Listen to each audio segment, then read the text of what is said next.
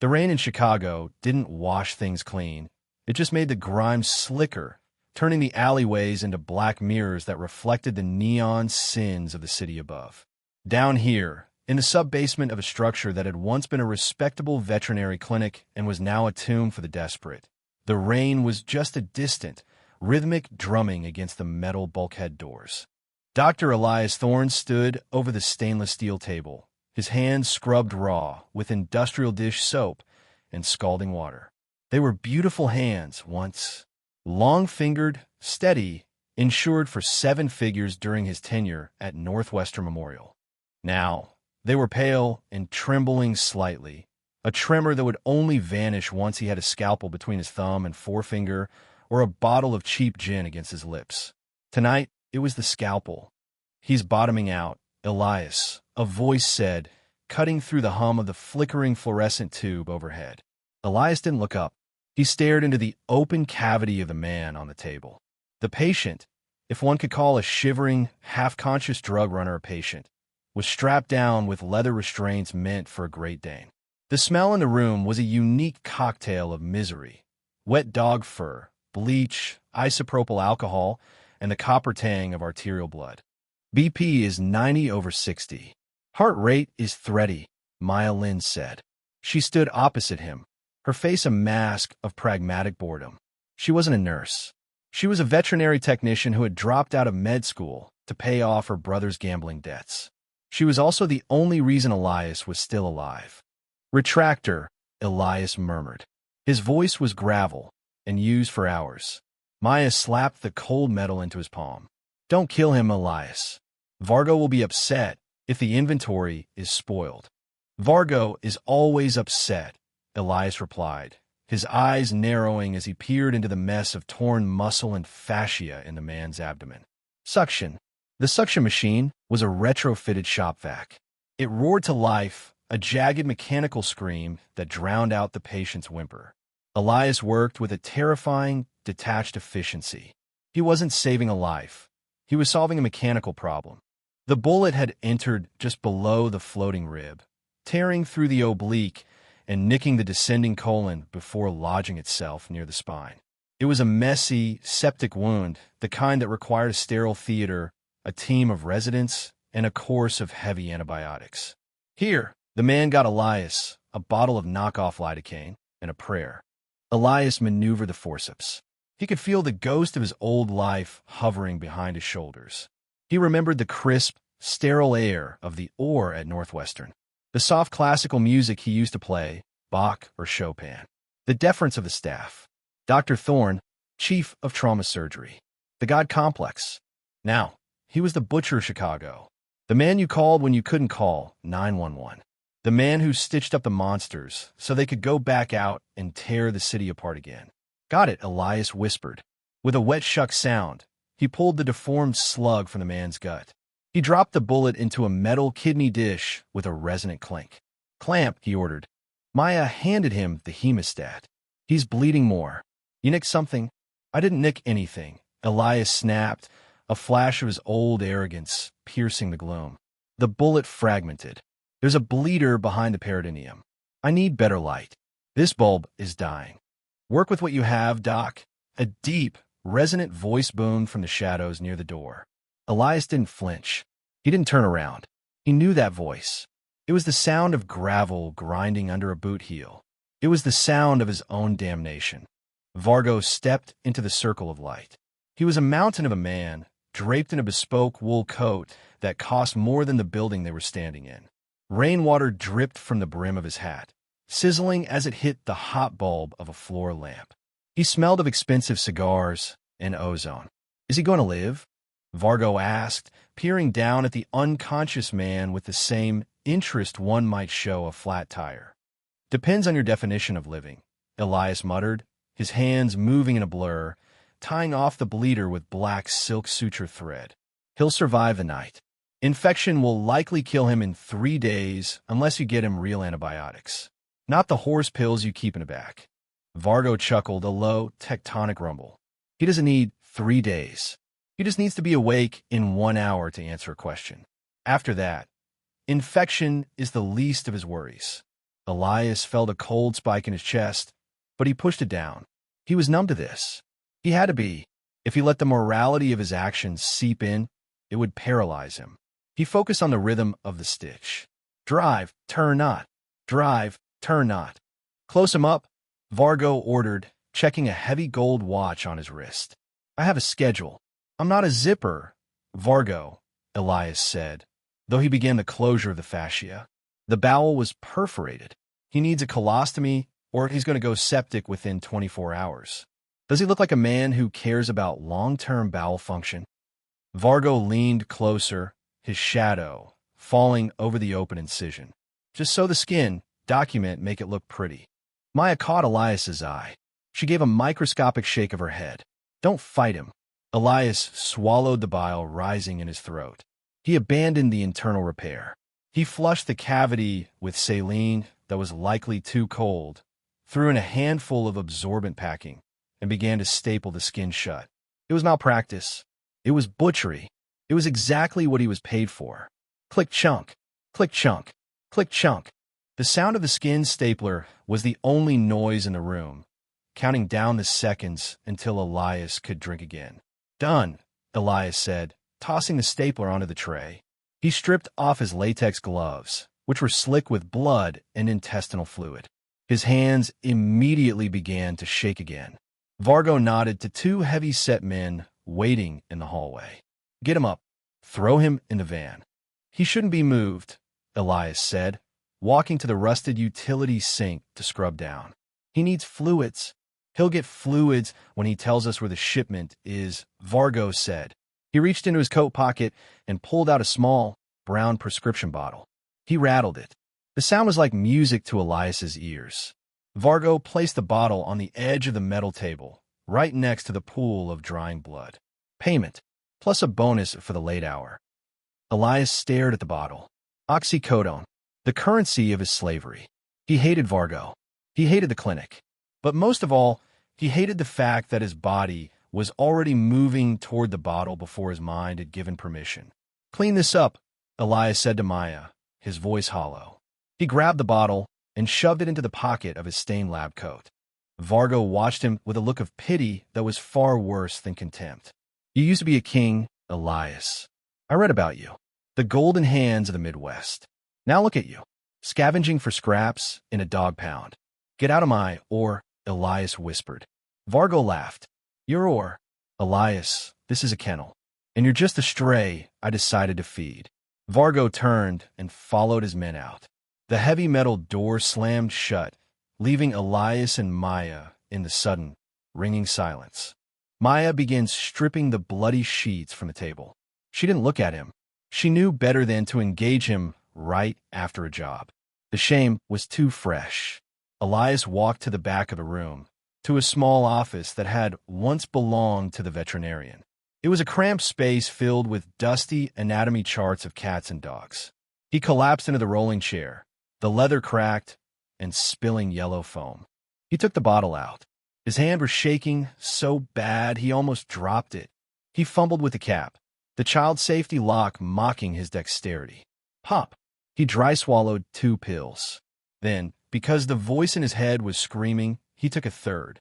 He leaned back, closing his eyes, waiting for the chemical warmth to wrap around his spine and silence the noise. The noise of the rain, the noise of the stapler, the noise of the man's breathing as he condemned him to a slow, septic death. It wasn't my fault, he told himself. The mantra, I saved the life. What happens after is not my jurisdiction. But the lie tasted like ash. The door to the office opened.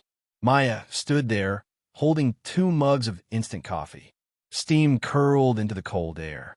You took 3, she said. It wasn't a question. It was a difficult extraction, Elias lied. It was a routine gut shot on a skinny kid. You could have done it blindfolded. She set the coffee down on the desk, pushing aside a stack of overdue electric bills. Vargo is squeezing us, Elias. The rent on this place is going up, and the payments to the cops to look the other way. They're getting greedy. Not my department, Elias muttered, feeling the first soft edges of the opiate haze kicking in. I just cut. You're the only reason this place exists, Maya said, her voice sharpening. She walked around the desk and grabbed his chin, forcing him to look at her. Her eyes were dark, intelligent, and tired. We are drowning. You know that, right? We are circling the drain. We're surviving, Elias said, pulling away. This isn't survival. This is purgatory. Maya sighed and sat on the edge of the desk. There was a call earlier. Before Vargo came in, Elias rubbed his temples. I'm not doing another one tonight. Tell them the doctor is out. It wasn't a job request, Maya said softly. It was a courier. Left a package. Elias opened one eye. What kind of package? A file. Manila envelope. No return address. Maya reached into the pocket of her scrub top and pulled out a thick, folded envelope. She tossed it onto his lap.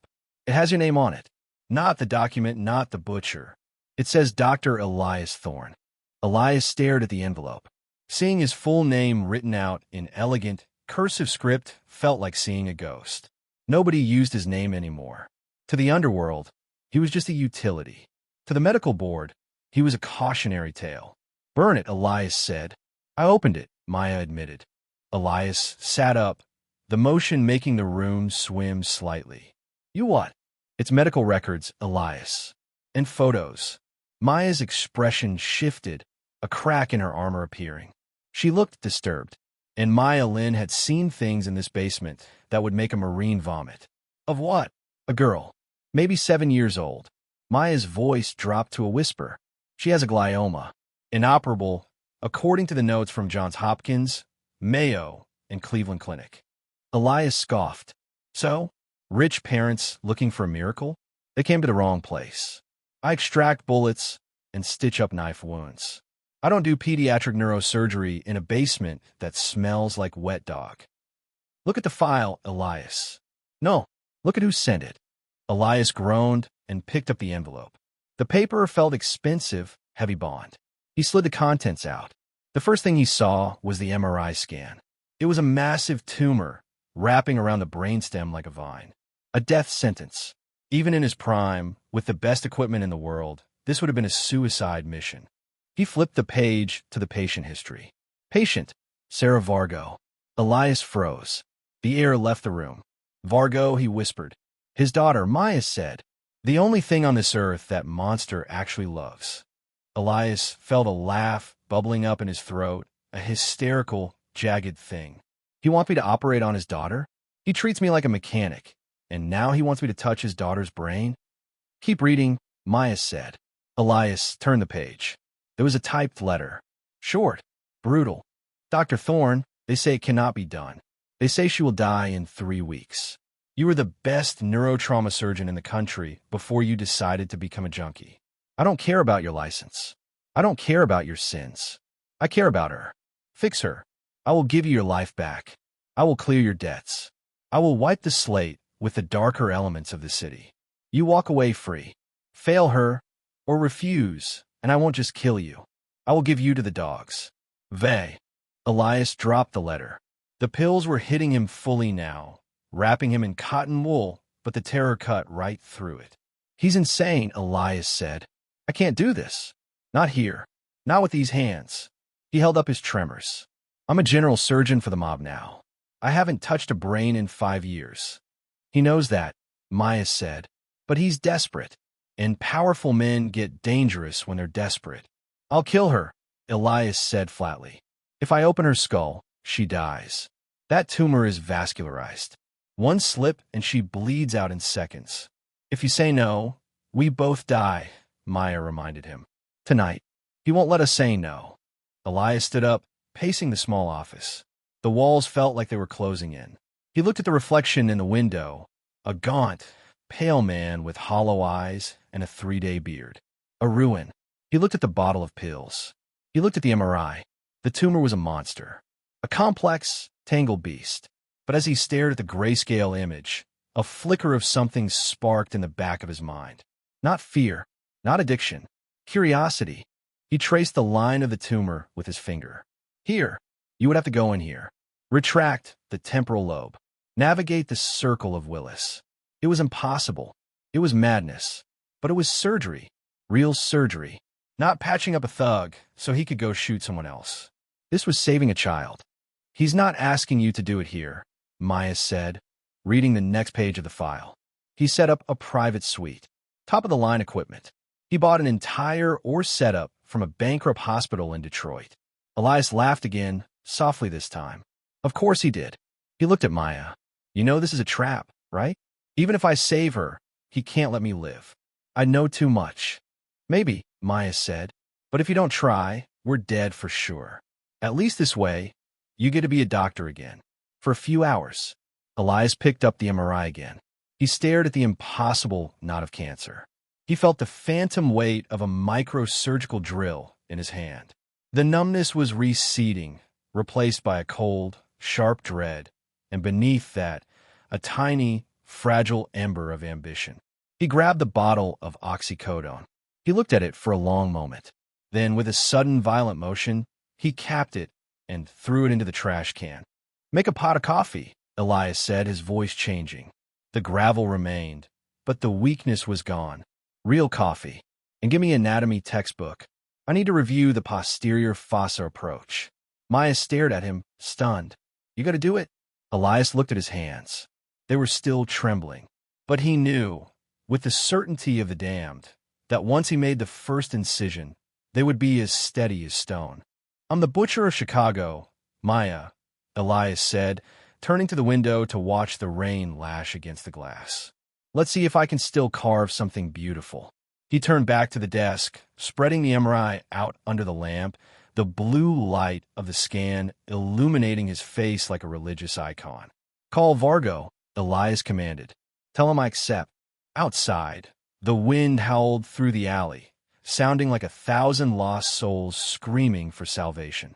But inside the office, there was only the sound of paper turning and the sudden, sharp intake of breath as Dr. Elias Thorne went to work. The scrub sink gurgled, a throaty, choking sound that echoed off the subway tiles of the basement clinic.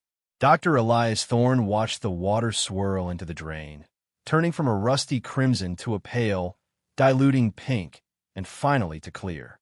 He held his hands under the scalding stream until the skin was raw and red, scrubbing with a bristled brush as if he could scour away the last 3 hours. He couldn't. The sensation of the bullet rolling between his forceps, the slick give of the peritoneum, the metallic stench of oxidized blood, it all clung to him, an invisible film that no amount of industrial soap could dissolve. Thorne turned off the tap with his elbow. The silence that rushed back into the room was heavy, pressurized by the millions of tons of Chicago concrete and steel pressing down from above. Here, in the bowels of the city, in a retrofitted meat locker beneath a condemned abattoir, time moved like molasses. He's stable, a voice said from the doorway. Thor didn't turn. He reached for a rough towel, drying his hands with methodical, almost punishing friction. Stable is a relative term, Maya. He's alive. That's what they paid for. Whether he stays that way depends on whether he decides to go back to the south side tonight. Maya Lynn leaned against the doorframe, her arms crossed over her chest. She was a slip of a woman with eyes like shattered flint, wearing scrubs that were 2 sizes too big. She was the only reason this subterranean purgatory functioned. Nurse, accountant, gatekeeper, and conscience. The payment cleared, she said, her voice devoid of inflection. Crypto wallet. Clean transfer. We have enough for the generator fuel and the restocking order. Joy, Thorne muttered. He dropped the towel and finally turned.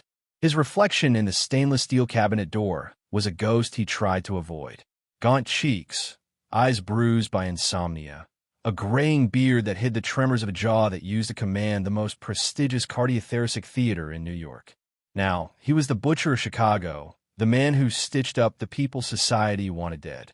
Pour it, Thorne said, walking past her toward the small, cluttered office adjacent to the operating theater.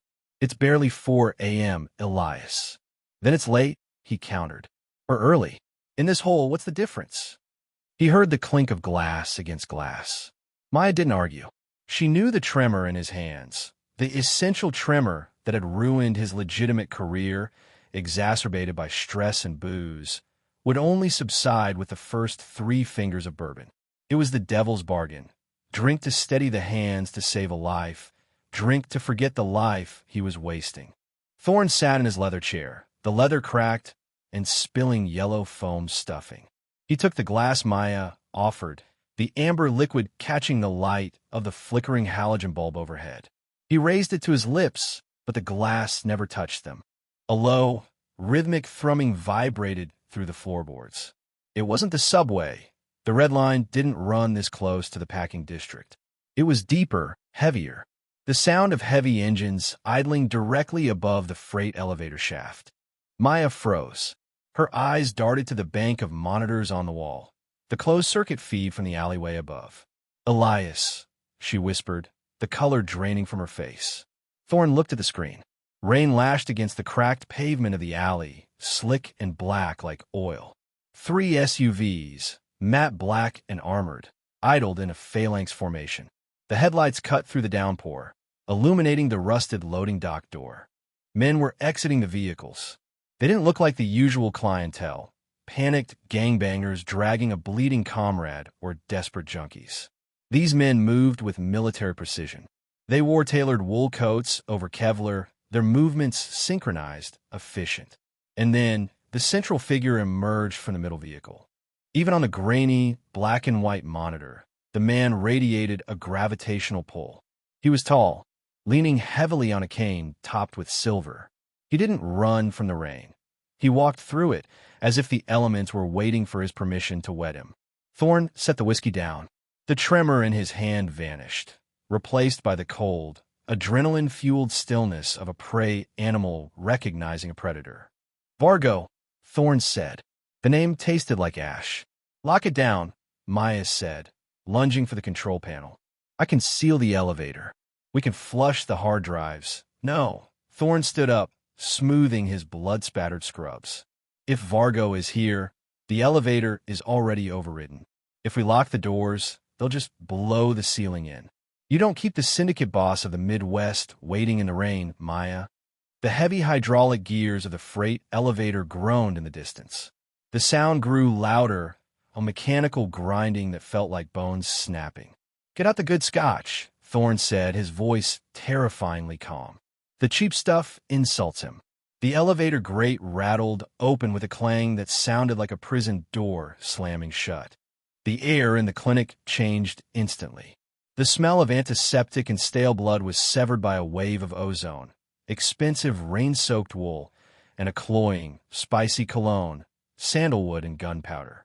4 guards fanned out into the room, their weapons drawn but held low. They checked the corners, the shadows, the scrub room. They were professionals. They didn't touch anything, didn't knock over the trays of sterilized instruments. They secured the perimeter and went still as statues. Vargo stepped out last. Up close, he was a landscape of violence masked by civility. His face was a map of scars, most faded to white lines against his olive skin, but his eyes were untouched, dark, wet, and utterly devoid of empathy. He wore a charcoal suit that probably cost more than the entire clinic's equipment inventory. He leaned on the cane, not out of weakness, but as an affectation of power. He surveyed the basement, the water stains on the ceiling, the exposed ductwork, the hum of the autoclave. "Dr. Thorne," Vargo said. His voice was a baritone rumble, smooth as velvet dragged over gravel. "You have come down in the world, from the penthouse of Sinai to the dripping bowels of the meatpacking district. Rent is cheap," Thorne said, leaning against his desk. He didn't offer a hand, and the neighbors don't complain about the smell. Vargo chuckled, a dry sound. He walked slowly toward the operating table in the center of the room, running a gloved finger along the steel edge. He looked at the blood traces in the drain. Fresh work. Bullet extraction. Lacerated liver. He'll live. "Fortunate for him," Vargo said. He turned, his gaze landing on Maya. She stood by the instrument tray, her hand hovering near a scalpel. Vargo smiled, a baring of teeth that conveyed no warmth.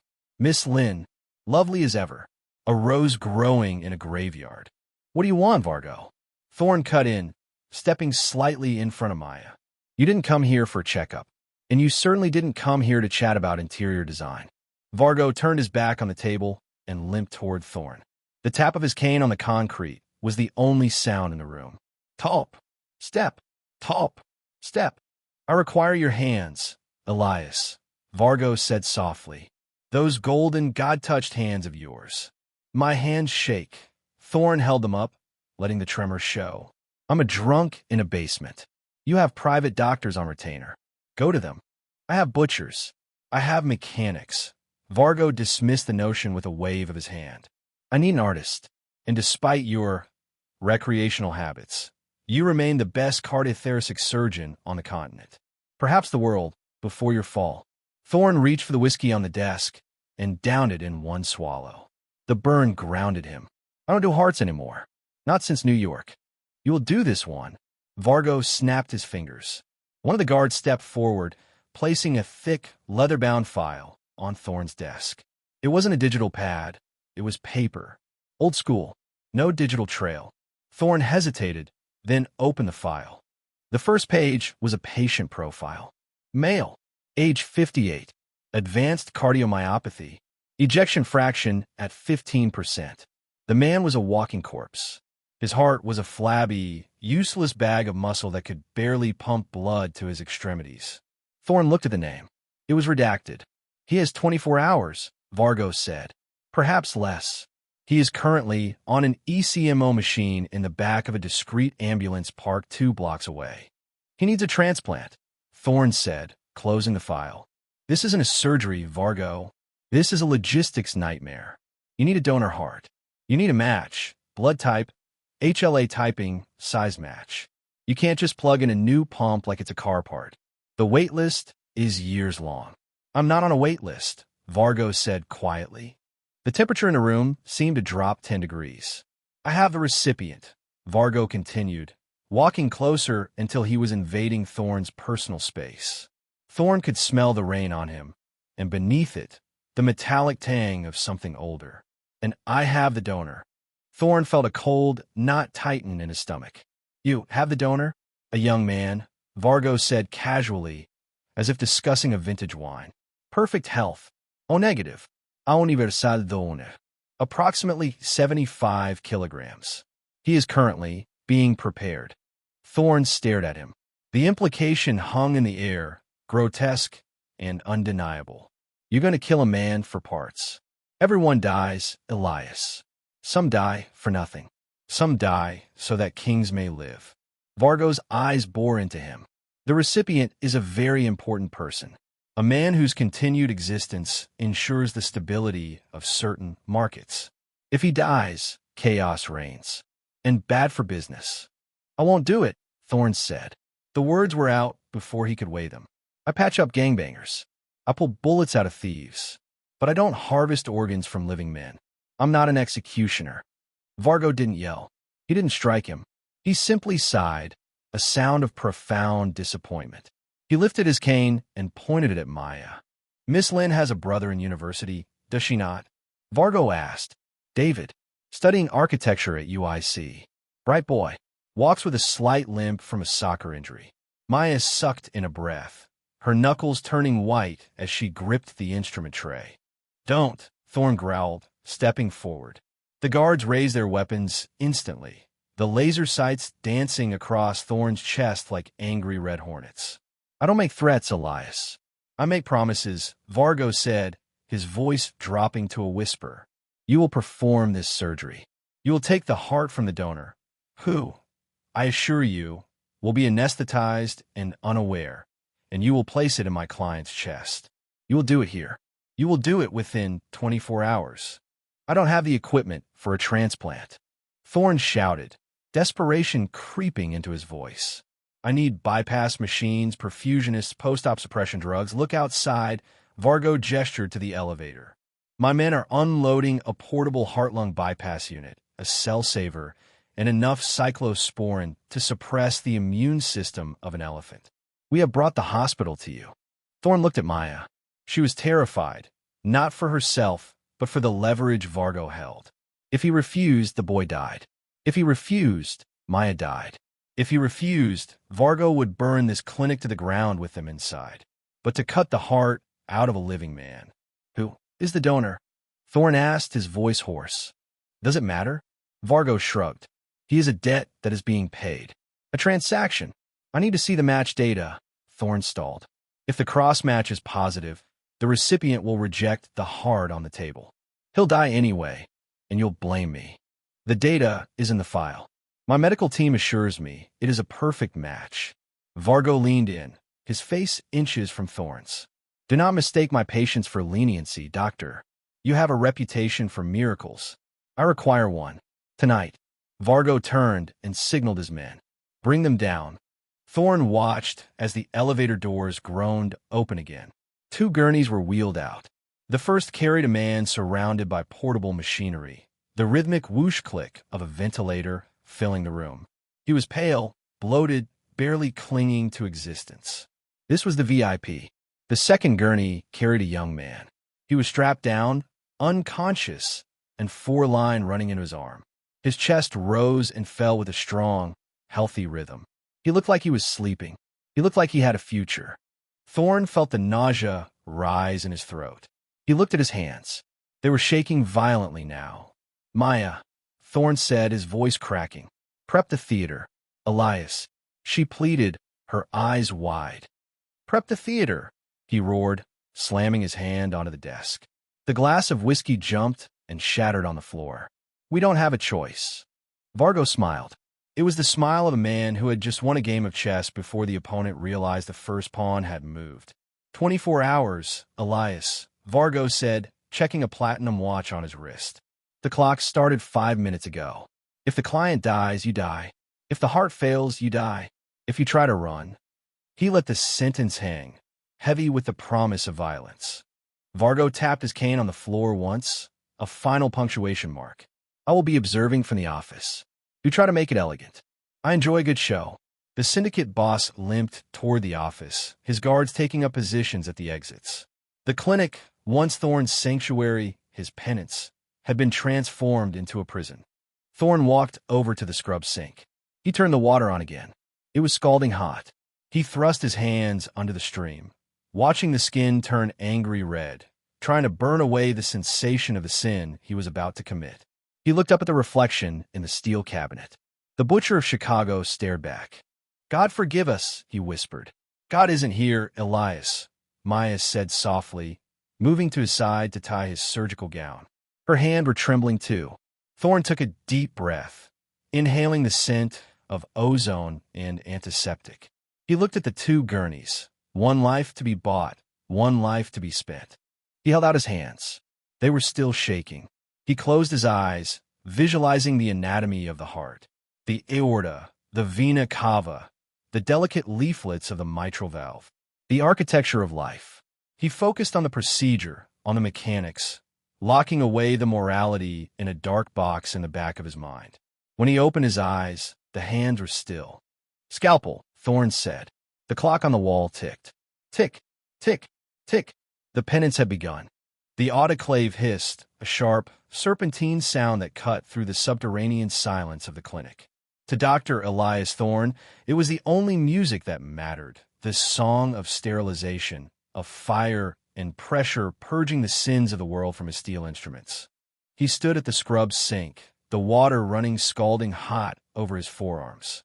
The steam rose, curling around the harsh LEDs that buzzed overhead, casting the basement operating theater in a light too white, too revealing. It was a space carved out of the bowels of an abandoned textile factory in Chicago's rusted industrial district. The walls were lined with subway tiles that had yellowed with age, but the center of the room, the kill zone, was pristine. A Mackay surgical table, stolen from a private hospital in Zurich, a G anesthesia station that cost more than the building above them, and a stainless steel tray awaiting the metal that would soon slice into human flesh. Thorne watched the water turn pink as it swirled down the drain. He had scrubbed too hard again. The bristles of the brush had flayed the top layer of his epidermis, leaving his hands raw and stinging. Good. The pain was a tether. It kept him here, in the physical world, preventing him from drifting back into the whiskey-soaked fugue where he spent his daylight hours. 5 minutes, Doc. A voice grumbled from the shadows near the reinforced steel door. It was Cale, one of Vargo's heavy hitters. The man looked out of place in the sterile environment, his bulk taking up too much air, his cheap leather jacket creaking with every breath. He was chewing gum with an open mouth, a wet, rhythmic smacking that made Thorne's jaw tighten. "Is the donor prepped for transport?" Thorne asked, his voice a dry rustle. He didn't look at Cale. He stared at his own reflection in the chrome faucet. A gaunt, hollow-cheeked specter with eyes that had seen too much darkness to ever adjust to the light again. "Vargo's bringing her in now," Cale said. "She's out cold. The cocktail you gave us worked like a charm. It always does." Thorne turned off the tap with his elbow. He held his hands up, water dripping from his elbows, performing the sacred ritual of the surgeon. He backed through the swinging doors into the OR proper, where the air was 10 degrees cooler and smelled of ozone and betadine. Tonight was not a standard patch-up job. Usually, Thorne spent his nights digging 9mm slugs out of drug runners or stitching up knife wounds for made men who couldn't go to the ER without triggering a police report. Those were mechanical tasks, plumbing work for the criminal underworld. Tonight was different. Tonight was harvest. Vargo needed a kidney. Not for himself, but for a buyer in Macau who had paid 7 figures for a specifically matched organ. Thorne didn't ask where the donor came from. That was the first rule of the descent. Never ask the history of the meat. If you knew their names, if you knew their stories, the scalpel became heavy. To survive as the butcher of Chicago, the scalpel had to be weightless. The heavy steel doors swung open with a pneumatic hiss. Vargo entered first. The crime lord was a man of grotesque contrasts. A bespoke Italian suit draped over a body built for violence. Manicured fingernails that had gouged out eyes. He carried a cane he didn't need, topped with a silver wolf's head. Behind him, 2 men wheeled in a gurney. The wheels squeaked, a high-pitched shriek that grated against Thorne's nerves. He would have to oil those later. Perfection demanded silence. "Doctor," Vargo said, his voice a low rumble, like a luxury car idling. "The theater is yours." "Get her on the table," Thorne commanded, snapping into his latex gloves. The rubber snapped against his wrists, a sound like a whip crack. "Carefully. Bruised organs are worthless." The men lifted the body. It was a small form, draped entirely in a heavy wool blanket. They transferred the weight to the surgical table with a dull thud. Thorne approached the anesthesia machine, checking the vitals on the portable monitor they had hooked up. Heart rate, 58. Steady. Oxygen saturation, 98%. Blood pressure, 110/70. Perfectly healthy. Prime livestock. Thorne adjusted the flow of sevoflurane. He moved with the fluid grace that had once made him the youngest chief of surgery at St. Luke's. That man, the one who saved lives for glory, was dead. The creature who remained simply managed the mechanics of biology for cash. "She gave us a bit of trouble before the sedation," Vargo said, leaning against the far wall, lighting a thin cigar. The smoke curled lazily toward the ventilation ducts. "No smoking in the OR," Thorne said automatically, though he knew it was futile. Vargo chuckled, a dry sound. "Just cut, Elias. Cut and paste. That's what I pay you for." Thorne ignored him. He moved to the patient's head to secure the airway. The donor was completely covered, only the top of the head visible, dark hair fanned out against the sterile pillow like spilled ink. He reached out to pull back the blanket. His mind was already cataloging the steps of the nephrectomy. Incision below the 12th rib. Dissect through the latissimus dorsi. Isolate the renal artery. Clamp. Cut. It was a dance he could perform blindfolded. Thorne pulled the blanket down to the waist, revealing a hospital gown he had provided earlier. He grabbed a pair of surgical scissors to cut the fabric away, exposing the abdomen for the prep. But first, he had to check the pupillary response. Standard procedure. Even for a butcher, rigor was the only religion left. He moved to the head of the table. He placed his hands on either side of the patient's face to steady it. The skin was warm, soft, young. Thorne looked down. The world stopped. The hum of the ventilation system vanished.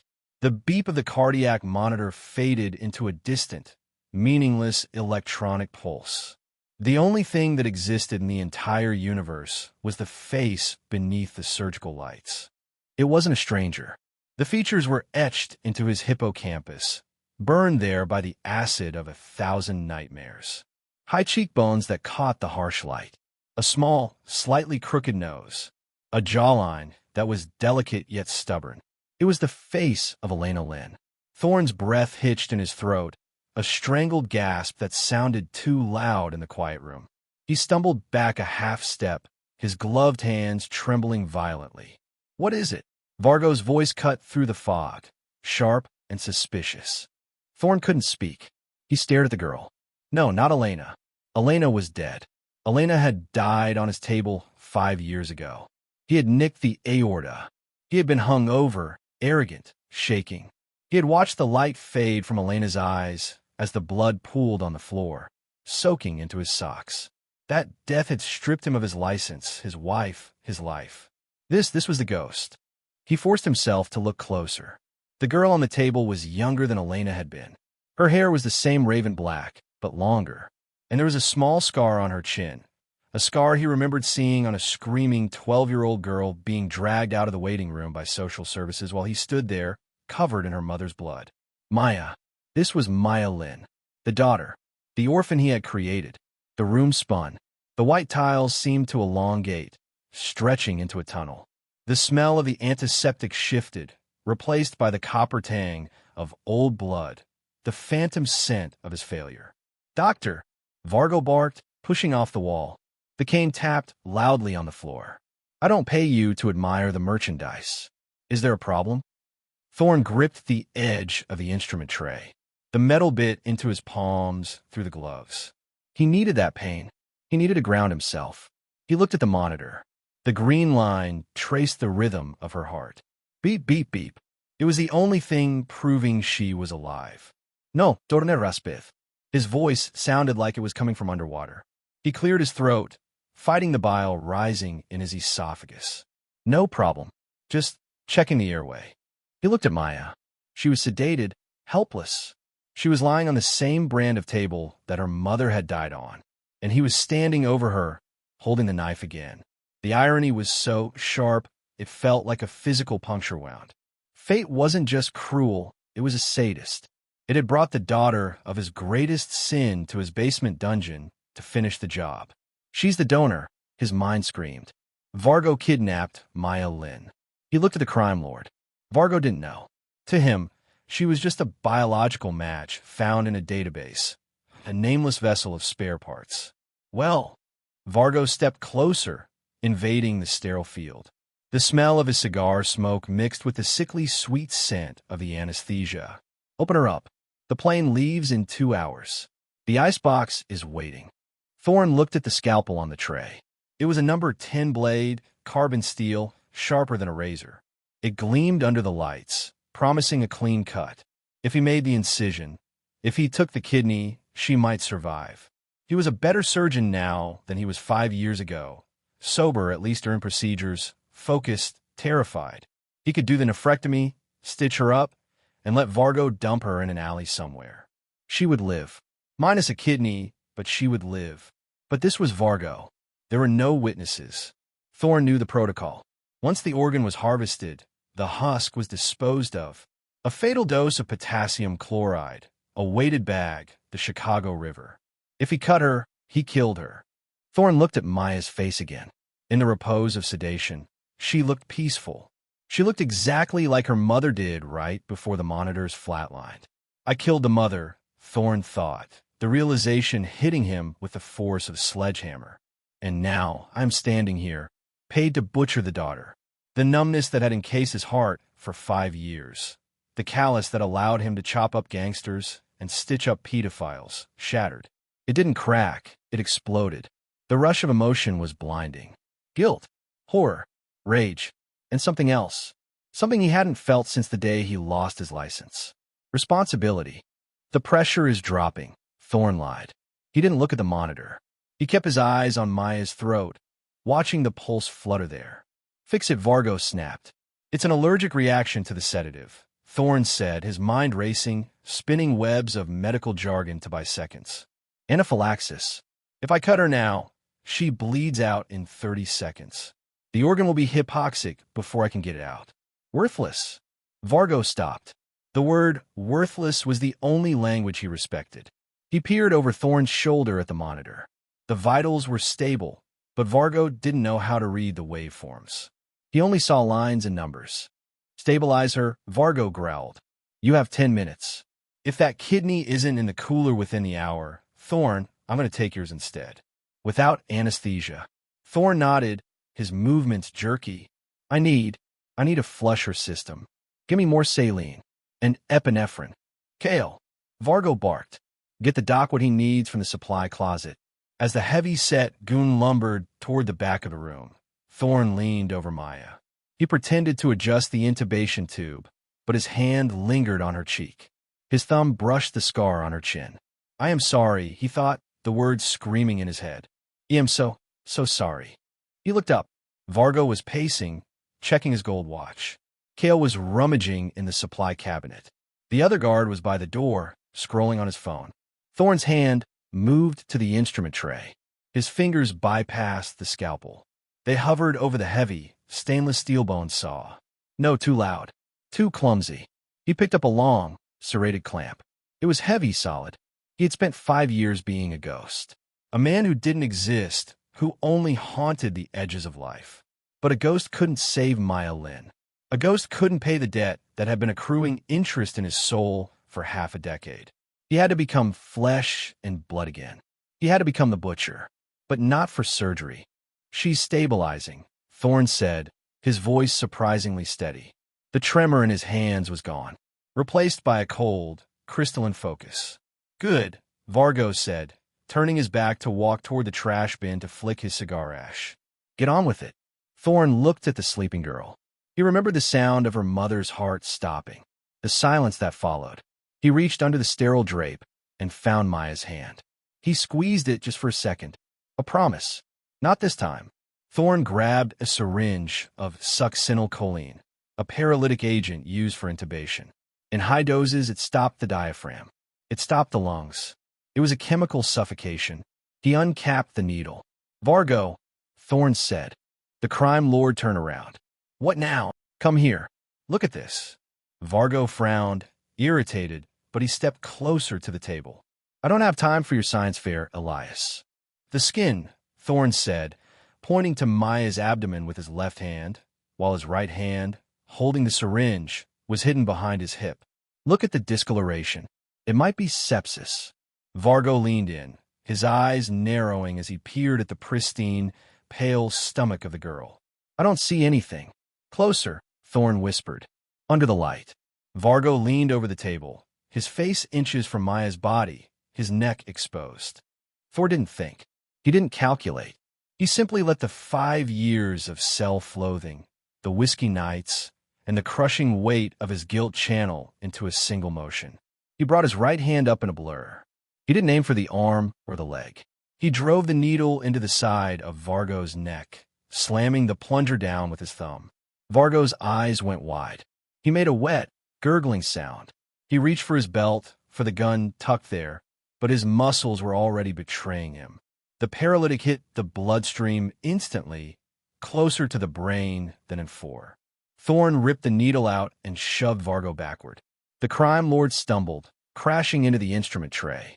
Metal clattered loudly against the tile floor, scissors, forceps, and scalpels scattering like silver rain. "Hey!"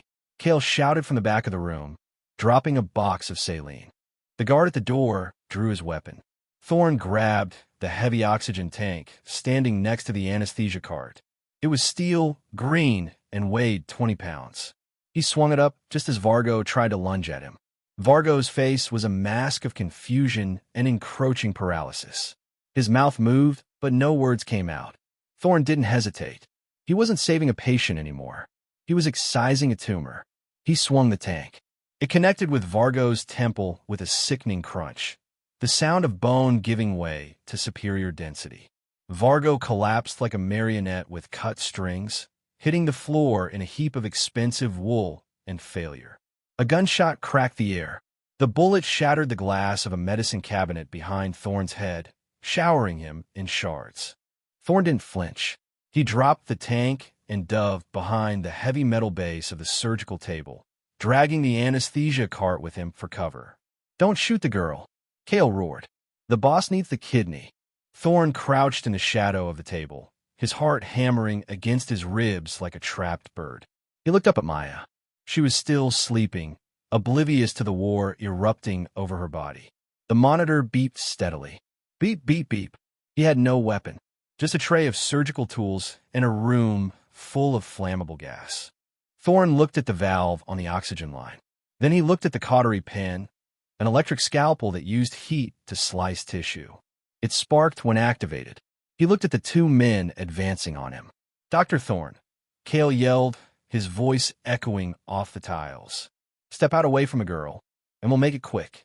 Thorne grabbed a bottle of pure alcohol from the bottom shelf of the cart. He uncapped it. He looked at Maya one last time. I promised I'd do no harm. He whispered to the ghost of the girl she used to be. He splashed the alcohol across the floor between him and the gunman. But I never said I wouldn't burn the world down to save you. He kicked the cautery pen's pedal and threw the sparking wand into the puddle. Blue fire roared to life, a wall of sudden, searing heat that separated the surgeon from the killers. As the men shouted and shielded their eyes, Thorne grabbed the handles of the surgical table. He unlocked the wheels. With a grunt of exertion, he shoved the heavy table toward the back service exit, running alongside it, using Maya's body as a shield and a sacred burden. The fire alarm began to wail. The sprinklers hesitated, then burst, raining dirty water down on the scene. Thorne didn't look back at Vargo's body. He didn't look back at his career, his safety, or his penance. He pushed the gurney into the dark corridor, into the unknown, carrying the only life he had ever truly wanted to save. The surgery was canceled. The war had begun. The hum of the ventilator was a rhythmic accusation. Hiss, click, exhale. It was the only consistent sound in the sterile, subterranean purgatory Vargo called a medical facility. The walls were lined with white subway tiles, gleaming under the harsh wash of halogen surgical lamps, but the grout was stained with the damp, earthy rot of the Chicago underground. It smelled of ozone, isopropyl alcohol, and the metallic tang of impending violence. Dr. Elias Thorne stood over the operating table, his gloved hands raised to his chest in the classic sterile posture. He was a statue of blue scrubs and surgical intent, but beneath the mask, his breath came in shallow, jagged hitches. On the table lay Maya Lin. She was draped in sterile blue sheets, only the rectangular field of her chest exposed. Thorne had painted her skin with betadine, the iodine solution drying into a sticky, amber glaze over her sternum. She looked less like a woman and more like a canvas prepared for a masterpiece, or a sacrifice. We are burning daylight, Doctor. Vargo's voice drifted from the corner of the room. Thorne didn't look up. He knew exactly where the crime lord was standing. Vargo always positioned himself near the exit, a creature of survival instinct wrapped in a $3,000 suit. The scent of Vargo, expensive sandalwood cologne masking the sourness of chain-smoked cigarettes, managed to penetrate even the heavy filtration of the surgical suite. Cardiac harvesting is not a procedure to be rushed, Vargo, Thorne said. His voice was steady, a practiced baritone that had once calmed weeping mothers in the ER waiting rooms of Northwestern. Now it was a shield. If I nick the aorta or damage the sinoatrial node during extraction, the buyer gets a useless piece of meat. Is that what you want? I want results, Vargo snapped, stepping into the circle of light. The glare reflected off the heavy gold ring on his pinky finger. The buyer's jet is idling at O'Hare. The icebox is ready. Cut her open, Elias. Earn your freedom. Freedom. The word tasted like ash. Thorne looked down at the patient. Maya. He had read her file, the one Vargo's goons had carelessly left on the counter. An investigative journalist. 28 years old. She wasn't a random snatch and grab. She was a silencing. And Thorne was the executioner's blade. He looked at the monitor. Her heart rate was a slow, steady 60 beats per minute. A strong heart. A good heart. First, do no harm. The ancient Greek oath whispered through the corridors of his mind, mocking him. He had broken that oath a dozen times in this basement, stitching up murderers so they could kill again, removing bullets from men who deserved to rot. But this was different. This was active slaughter. Thorne reached out, his latex-clad fingers hovering over the tray of instruments. The scalpel, a number 10 blade, perfect for large incisions, gleamed under the lights. Next to it lay the sternal saw, a brutal, pneumatic device designed to cleave through bone. "Do it," Vargo commanded. Two of his enforcers, hulking shapes in dark leather jackets, shifted closer to the table. They were the bacteria in this sterile field, contaminating the air with their menace. Thorn gripped the scalpel. The weight of it was familiar, an extension of his own hand. He looked at the amber square of skin over Maya's heart. He visualized the anatomy beneath, the pectoral muscles, the ribcage, the pericardium. He could do it. He could make the Y incision, crack the chest, clamp the vessels, and excise the organ in under 40 minutes. He was the butcher of Chicago. It was what he did. But as he lowered the blade, watching the tip hover millimeters from her flesh, he saw a flutter in her neck. The pulse. The life. Something in the machinery of Elias Thorne's soul, rusted shut by years of apathy and fear, suddenly groaned and sheared. No. The thought was so loud he feared Vargo heard it. "I need to adjust the anesthesia," Thorne said abruptly, pulling his hand back. "Her pressure is spiking. If she wakes up during the sternotomy, the shock will kill the heart before I can get it out." Vargo narrowed his eyes, stepping closer to the monitors. He knew just enough medicine to be dangerous, but not enough to challenge a surgeon of Thorne's caliber. The monitors showed a steady rhythm, but Thorne shifted his body to obscure the readout. "Fix it," Vargo growled. "You have 2 minutes." Thorne turned to the anesthesia cart behind him. This was his domain. The criminals controlled the doors, the guns, and the money, but in this 10 by 10 square of tile, Thorne was the god of biology. His hands moved with a magician's fluidity. He opened the drawer labeled paralytics. He needed Vargo to think he was drawing up rocuronium or vecuronium, drugs that would ensure Maya remained a limp doll while he sawed through her chest. Instead, his hand bypassed the paralytics. He reached for the emergency crash drawer. His fingers closed around a vial of epinephrine. Adrenaline. Pure, concentrated fight or flight. He drew 1 milligram into the syringe. A massive dose. It wouldn't just wake her.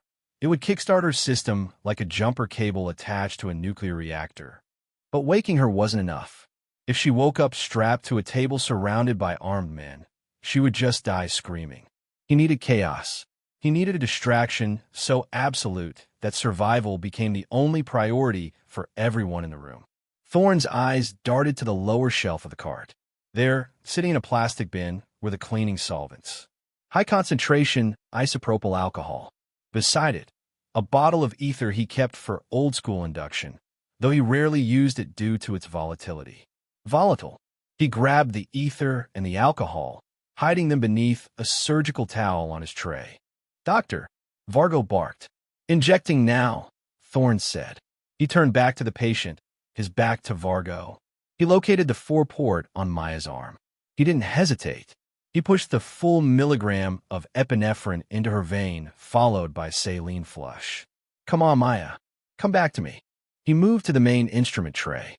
He picked up the Bovi-cautery pencil, an electric tool used to burn blood vessels shut. It generated a focused, high-temperature arc of electricity. "Is she under?" Vargo asked, impatiently tapping the face of his watch. "She's going deep," Thorne lied. He watched the monitor.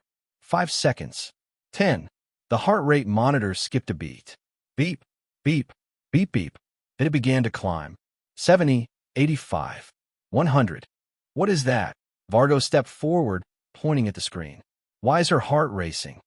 "Paradoxical reaction," Thorne said, his voice tightening. "Just a moment." 120, 140. On the table, Maya's body jerked. The paralytic from the initial induction was wearing off, and the adrenaline was flooding her synapses. Her eyelids fluttered.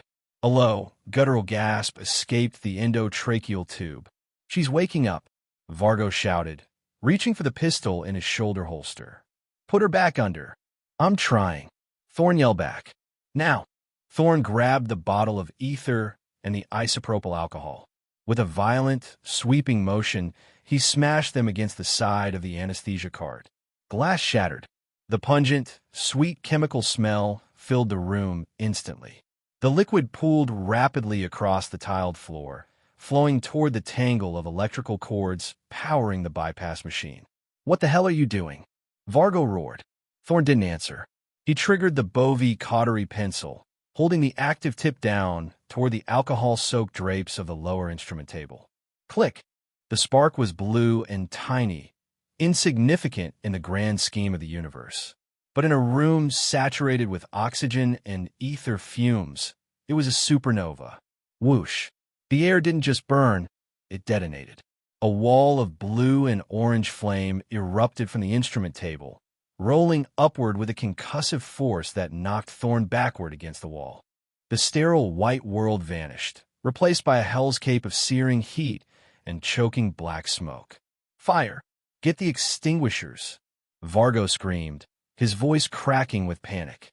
The fire suppression system in the basement was non-existent. Vargo had cut corners on safety to fund security.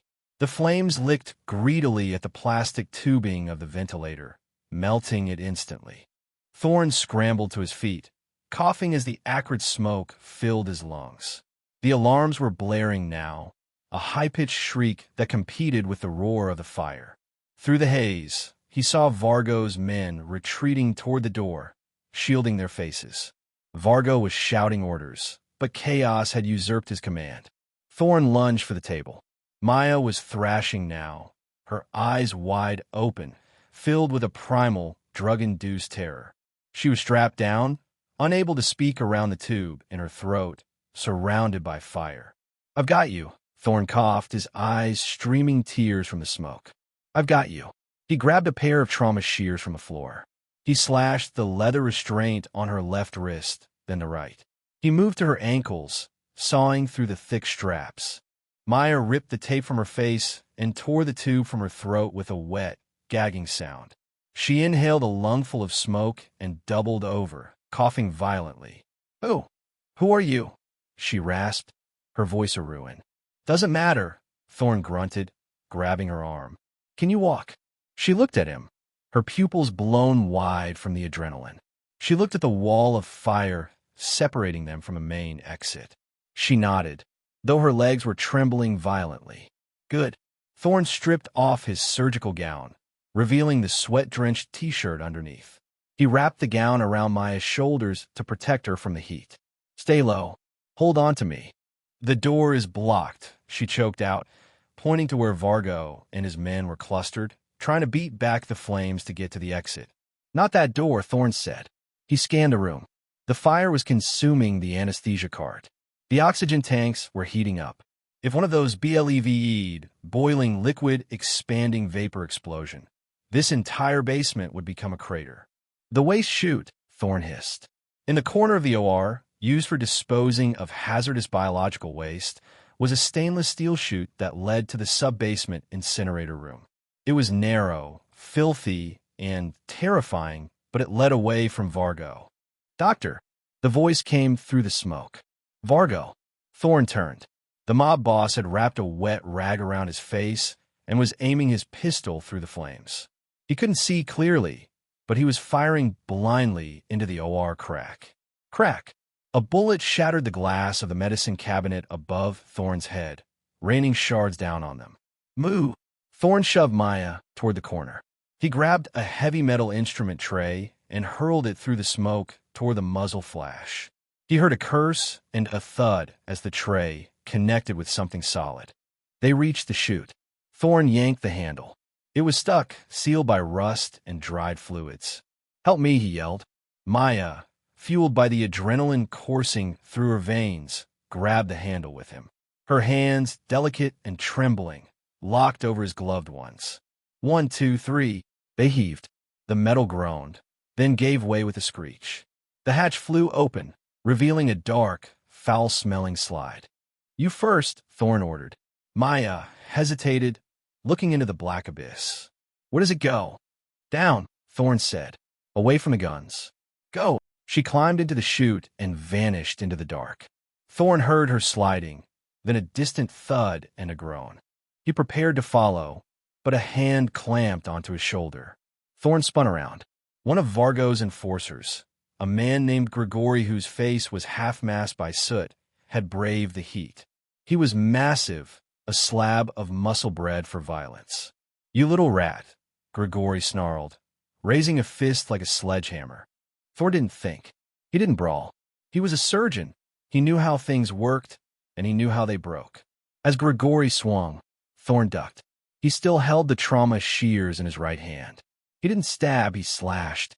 He aimed for the brachial artery, located on the inside of the upper arm, just beneath the bicep. The shears bit deep. Grigori roared, not in anger, but in shock, as bright arterial blood sprayed across the white tiles, mixing with the soot. He clutched his arm, the fight instantly draining out of him as his body recognized the catastrophic drop in pressure. Thor didn't wait to watch the physiology play out. He scrambled into the chute. "Close the hatch." Maya screamed from below. Thorn grabbed the handle from the inside and slammed it shut just as a bullet pinged off the metal exterior.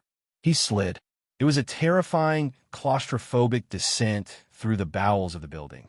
He tumbled through darkness, banging his elbows and knees against the steel, until he was spat out onto a pile of heavy plastic bags in a dimly lit concrete room. The air here was cooler, damp, and smelled of rot. Thorn scrambled off the pile of medical waste, ripping the torn gloves from his hands.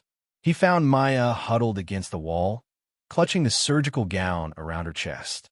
She was covered in soot, betadine, and grime, but she was alive. Her chest rose and fell in rapid, terrified heaves. "Are you hit?" Thorn asked, moving toward her. She flinched away from him. "Stay back." Thorn stopped, raising his hands. "I'm not going to hurt you. I just saved your life." "You were about to cut my heart out," she spat, her voice trembling with rage and shock. "I heard you. I heard Vargo." Thorn lowered his hands slowly. The adrenaline was fading, replaced by the crushing weight of reality. The fire above was roaring louder now. He could hear the muffled explosions of glass bottles bursting. "Yes," Thorn admitted, his voice hollow. "I was." He looked at her, really looked at her, for the first time without the lens of a surgeon assessing a donor. He saw the fierce intelligence in her eyes, the survival instinct that mirrored his own. "But I didn't," he said softly. "And now, we both have a death sentence." A deep, reverberating boom shook the ceiling above them. Dust rained down from the concrete rafters. One of the oxygen tanks had blown. "We have to move," Thorn said, extending a hand. "The ventilation shafts in the incinerator room lead to the alleyway. It's the only way out." Maya looked at his hand. It was a surgeon's hand, steady, capable, and stained with the blood of the man he had just maimed. She looked at the ceiling, where the heat was beginning to radiate through the concrete. She realized she had no choice. The monster who had almost killed her was now the only thing standing between her and the fire or the bullet. She took his hand. "Lead the way, doctor," she whispered. Thorn pulled her up. His grip was firm. For the first time in years, since the scandal that had stripped him of his license and his humanity, Elias Thorn felt a flicker of something he thought he had excised long ago. Purpose. "Stay close," he said, turning toward the shadows of the sub-basement. "And don't stop running." They sprinted into the dark, leaving the inferno of his past burning behind them. The transition was complete. The surgeon was dead. The protector had been born in the flames. In this chapter, the doctor and the young woman make a desperate escape from a medical facility, fleeing into a massive rainstorm to evade those pursuing them. The pair navigates the city's dangerous exterior, avoiding armed confrontation while heading toward the underground transit system to lose their pursuers in the grid. A violent confrontation occurs on a public train, where the doctor utilizes his anatomical expertise to defend against an attacker before they trigger an emergency stop. After fleeing the transit tunnels, they seek refuge in a secluded industrial building where the doctor must guide the woman through a life-saving procedure to address his wounds. Would you like a summary of the next chapter? Chapter 6. Flatline at dawn, the sanctuary of Old St. Jude smelled of dry rot, ancient incense, and the coppery tang of impending death. It was a hollowed-out carcass of a building on the edge of the forgotten district. Its stained glass ribs shattered, allowing the gray, bruising light of pre-dawn to filter in. Dr. Elias Thorne did not look at the door. He could hear them, though. The heavy thud of boots against the transept steps, the shouting of men who had lost their patience, the metallic rack of slides on automatic rifles. Vargo was here. The hunt was over. Thorne knelt on the cold stone of the altar platform. Beneath his hands, Maya Lin lay sprawled on a bed of discarded priest's vestments, green and gold brocade now stained with the dark, slick map of her failing body. "Stay with me," Thorne whispered, his voice a raspy friction against the silence of the nave.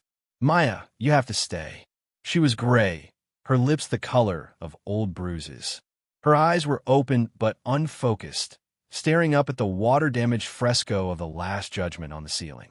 The chase through the rail yards, the adrenaline dump, the sheer physical terror of the last 48 hours had done what the bullet in Chapter 3 hadn't. Her heart was giving out, not stopping, quivering. Thorne pressed 2 fingers to her carotid. It wasn't a beat. It was a flutter. Ventricular fibrillation. Her heart was a bag of worms, twitching uselessly, pumping nothing. No tornejist. Not now. Not after everything. The heavy oak doors at the back of the church groaned under a battering ram of shoulders. Wood splintered. A shout echoed through the cavernous space. "Doctor!" Vargo's voice. It boomed, distorted by the acoustics, sounding like a demon demanding entry to holy ground. "There is nowhere left to run, Elias. Bring her out, and I'll make it quick." Thorne ignored him. He stripped off his jacket, rolling his sleeves up his forearms. His hands, usually steady as bedrock, trembled for a fraction of a second before he locked them into a grim stasis. He had no defibrillator. He had no epinephrine. He had a stolen medkit with a scalpel, a bottle of cheap vodka they had used to clean wounds, and a singular, terrifying choice. He looked at Maya's chest. She wasn't breathing. "Forgive me," he muttered. He poured the vodka over his hands, the sting of it sharp and grounding, then splashed the rest over Maya's sternum. The smell of alcohol rose, warring with the dust. He took the scalpel. It was a number 10 blade, nicked from use, far from the laser-honed obsidian edges he used to wield at Chicago General. It would have to do. Asterisk boom, asterisk. The church doors buckled. A beam of daylight slashed through the gap, illuminating the swirling dust motes like galaxies. Thorne cut. He didn't make a precise incision. There was no time for finesse. He sliced down the left side of her chest, between the 4th and 5th ribs. The skin parted, red and weeping. He went deeper, severing intercostal muscles. Maya's body jerked, a spinal reflex, but she was too far gone to feel the agony. "Come on." Thorne gritted his teeth, the tendons in his neck standing out like cables. He dropped the scalpel and jammed his fingers into the incision, grabbing the ribs. He pulled. The sound was wet and sickening, a crack of cartilage that echoed louder in his ears than the assault on the doors behind him. He needed space. He needed to touch the engine. He forced his hand into her thoracic cavity. It was hot, incredibly hot, in the freezing church. His fingertips brushed the pericardium. He could feel the organ beneath it, flaccid, twitching, useless. He grabbed her heart. It was a violation of nature, a transgression that felt almost holy in its desperation. He squeezed. 1, 2, 3. He released. He squeezed again. He became the pump. He became the rhythm she had lost. Asterisk squeeze. Release. Squeeze. Release. Asterisk breathe. He commanded her, his voice cracking. "Damn you, Maya, breathe." Behind him, the great oak doors shattered inward with a sound like a thunderclap, which shrapnel flew across the pews. Footsteps, heavy, numerous, stormed into the nave. "Check the altar!" Vargo screamed. Thorne didn't turn. He couldn't. If he took his hand out of her chest, her brain would die in seconds. He was tethered to her, a lifeline of flesh and bone. "Clear!" a voice shouted from the choir loft. Thorne kept pumping. His forearm burned. The angle was awkward, the leverage poor. He watched Maya's face. Was that a flicker of color in her cheeks? Or just the dawn light turning redder? He heard the click of boots on the marble aisle. Slow, deliberate. Well, Vargo said. The voice was closer now, just at the bottom of the chancel steps. Look at the butcher of Chicago. Living up to the name, I see. Thorne squeezed the heart. He felt a resistance. A surge. She's dead, Elias, Vargo said, his voice dripping with mock sympathy. You cut her open in a dirty church. You killed her. She's alive, Thorne said, not looking up. He kept his eyes on the open wound, on the slick movement of his own wrist disappearing into her body. But you're going to have to wait a minute to kill me. If I stop, she dies. And if she dies, you lose your leverage. Vargo laughed, a dry, barking sound. I don't need leverage anymore. I need to clean up the mess. Thorne squeezed. Thump, thump. Suddenly, beneath his hand, he felt it. A kick. A singular, strong contraction that wasn't his doing. He froze. The heart stuttered, then heaved against his palm. It was erratic, wild, but it was beating. Sinus rhythm was trying to reassert itself. That's it, Thorne whispered, tears blurring his vision. That's it, girl. Step away from the body, Elias, Vargo commanded. The distinct sound of a hammer cocking on a semi-automatic pistol rang out. Thorne looked down at Maya. Her eyelids fluttered. She took a ragged, gasping breath, the sweetest sound Elias Thorne had ever heard. It was better than any symphony, better than the applause of the medical board, better than the silence of a sleeping city. He slowly withdrew his hand. The feeling of leaving her warmth was like stepping out into a blizzard. He grabbed a sterile pad from the kit and pressed it hard over the incision, leaning his weight on her chest to seal the wound and stop the bleeding. She needs a hospital, Thorne said, his voice surprisingly calm. He finally turned his head. Vargo stood 10 feet away, flanked by 3 men in dark tactical gear. The mob boss wore a cashmere coat that looked out of place amidst the ruin. He held a silver pistol leveled at Thorne's forehead. She needs a priest, Vargo corrected. And so do you. Listen, Thorne said, keeping one hand pressed firmly on Maya's chest. Sirens. Do you hear them? Vargo frowned. He cocked his head. Faintly, drifting over the urban decay, came the wail of approaching sirens. Not 1 or 2. A legion. I called them before we breached the doors, Thorne lied. He hadn't called anyone. He'd lost his phone in the sewer tunnels in Chapter 4. But Vargo didn't know that. They know who you are. They know you're here. If you shoot us both, you go down for double homicide with the heat of the entire CPD bearing down on you. Vargo's eyes narrowed. He was a businessman, albeit a violent one. He weighed the odds. But, Thorne continued, his eyes locking with Vargo's, if she lives, if the police find her alive, maybe you just get assault. Kidnapping. You have lawyers for that. And you? Vargo asked softly. Thorne looked down at Maya. Her breathing was shallow but rhythmic. She was stabilizing. The miracle had worked. The butcher had saved the lamb. I'm not leaving this church, Thorne said. Vargo understood. A cruel smile touched his lips. A trade. A life for a life.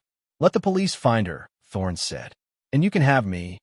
Vargo lowered the gun slightly, glancing at the stained glass windows where the blue and red strobe lights were just beginning to splash against the exterior brickwork. The sirens were louder now, screaming. You have 2 minutes, Elias, Vargo said. He gestured to his men. Grab the girl.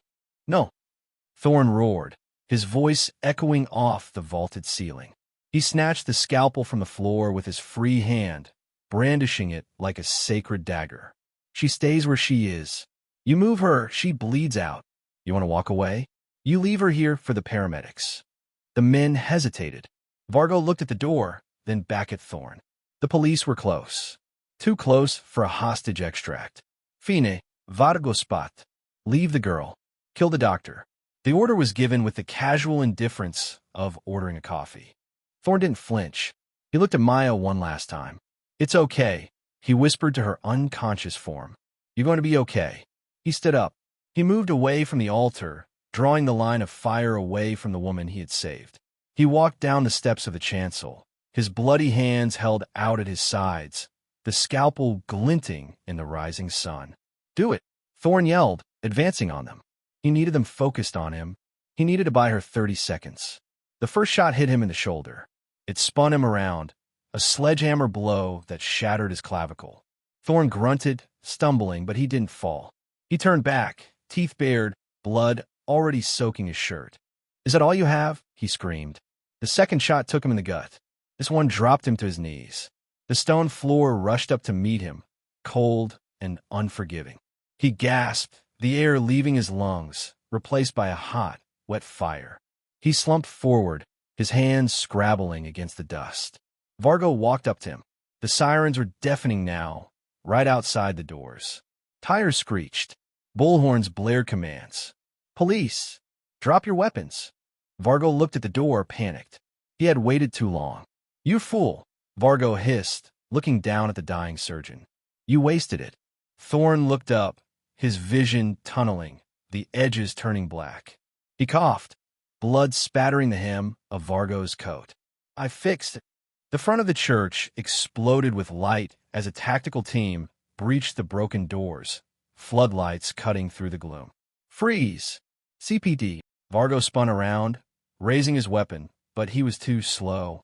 A hail of gunfire erupted from the doorway. Vargo jerked violently, dancing the puppet's dance, before collapsing backward onto the pews. His men scattered, dropping weapons, shouting surrender. Thor didn't watch them. He rolled onto his side, his strength evaporating like steam. His eyes sought the altar. Maya was there. The green and gold vestments were bright in the tactical lights. She was still. Did I fail? The thought was a shard of ice in his heart. Then he saw it. The rise and fall of her chest. Small, weak, but persistent. A paramedic rushed past Thorne, sprinting up the steps to the altar. Thorne watched as the medic checked her pulse, then shouted back to his partner. "About a pulse. Weak but steady. Let's move. Get the stretcher." Thorne let his head rest on the stone floor. The cold felt good. It numbed the fire in his stomach. A shadow fell over him. A police officer, young, terrified eyes, knelt beside him. Sir, can you hear me? We have a medic coming." Thorne tried to speak, but his throat was full of iron. He wanted to tell them about the incision, about the intercostal artery, about the miracle, but he realized he didn't need to. They would see his work. They would see the stitches he hadn't had time to place, the raw, brutal, beautiful evidence of life snatched from the jaws of the void. His vision faded to gray. The sounds of the church, the shouting, the radio chatter, the boots, began to sound like they were underwater. He thought of the operating theater at Chicago General, the hum of the ventilation, the bright, sterile lights, the pride he had felt, the arrogance that had led to his fall. He had been a god then, deciding who lived and who died. But here, in the dirt and the blood of a condemned church, he wasn't a god. He was just a man, a surgeon. He felt a strange lightness. The weight of the last 5 years, the guilt, the alcohol, the ghosts on his table, lifted off his chest. Penance, he thought, paid in full. He focused on the sound of the sirens outside, fading now, replaced by a rhythmic thumping in his own ears. It slowed. Thump, thump, thump. He closed his eyes. He saw Maya walking out of the hospital into the sunlight. He saw her breathing. Dr. Elias Thorne exhaled. He did not inhale again. The dawn light finally crested the buildings outside, flooding the church with a brilliant, blinding gold. It washed over the ruined pews, over the body of the crime lord, and over the fallen surgeon. It climbed the steps to the altar where the paramedics were lifting Maya Lynn onto a gurney. "We got her," the medic said, checking the monitor as they strapped her in. "BP is stabilizing. She's going to make it." As they wheeled her past the body of the man who had saved her, Maya's hand slipped off the side of the stretcher. Her fingers brushed the air above where Thorne lay, a silent, unconscious farewell. Outside, the city was waking up. The L train rumbled in the distance. The arteries of Chicago began to flow with traffic and life, oblivious to the tragedy and the miracle that had just occurred in the silence of St. Jude's. The flatline tone on the portable monitor beside Thorne whined, a long, continuous note. The officer reached over and turned it off. Silence returned to the church, but it was no longer the silence of the tomb. It was the silence of peace. The end.